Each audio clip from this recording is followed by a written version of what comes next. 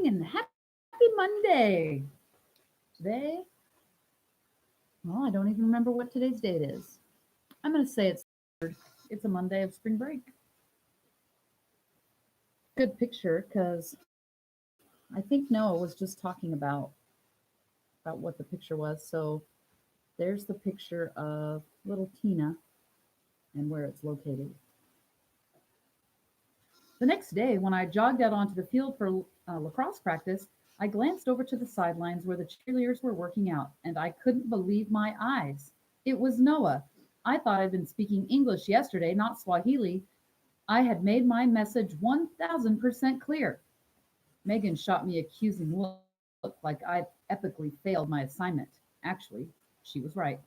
I ran over, pulled him out of formation, and hissed, "What are you doing here?" He beamed at me and held out one of his pom poms.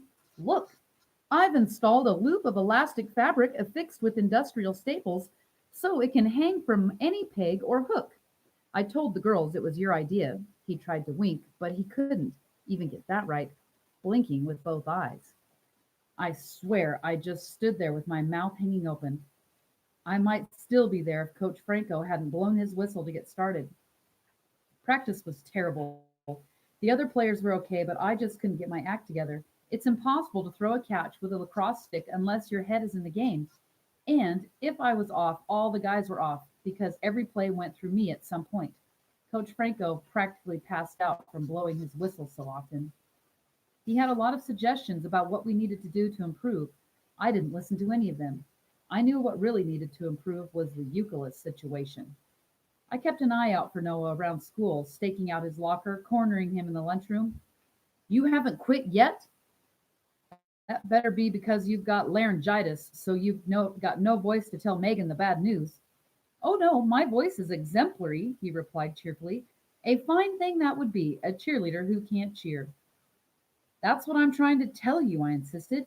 "You can't cheer, it's over." "On the contrary, the season hasn't even started yet." "Listen, man, this is a cheerleading squad, not including you. You're not on it." "Certainly, I'm on it. I'll show you the list." "I know you're on it, but you're off it."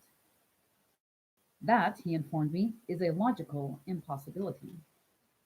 I was getting more ticked off every day. So was Megan. Not at him, at me.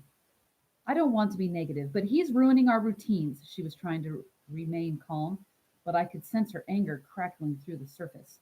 "When everybody else turns left, he turns right. We're in tight formation and he's all over the place. He measured our human pyramid with a protractor. He translated our fight song into Latin. You've got to do something." "So how's that my problem?" I shot back. "You're the head cheerleader. Kick him off the squad." "Miss Torres won't let me. She said he has more school spirit than the rest of us put together. For some reason, she's protecting him." "Protecting him?" I echoed. "He doesn't need protection. The kid's an alien sent down from the mothership to drive everybody crazy. We need protection from him." "Oh, come on," she exploded. "Some tough guy you are. Stop giving the guy supernatural powers. He's not an alien. He's just plain clueless. Stop being so subtle. You're going to have to get right in his face and tell him how it is." I agonized over that. Noah Euclid had become almost an obsession. He was so far inside my head that I couldn't do things on the lacrosse field that were practically second nature to me. I saw his eager goofball grin in my sleep. Was it possible that he was evil? He wasn't evil at all? That he simply didn't understand what I was telling him? The more I thought about it, the more sense it made. You could lean on a guy who barely had the sense to notice he was being leaned on. I had to threaten him pure and simple.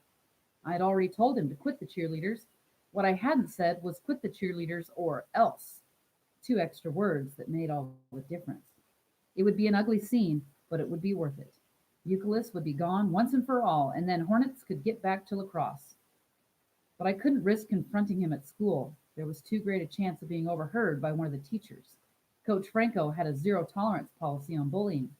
If you got caught, you were off the team. If you, Even if you were only doing it out of team spirit. No, this had to be done outside of school. Hardcastle was a small town. Noah couldn't hide forever. See you tomorrow.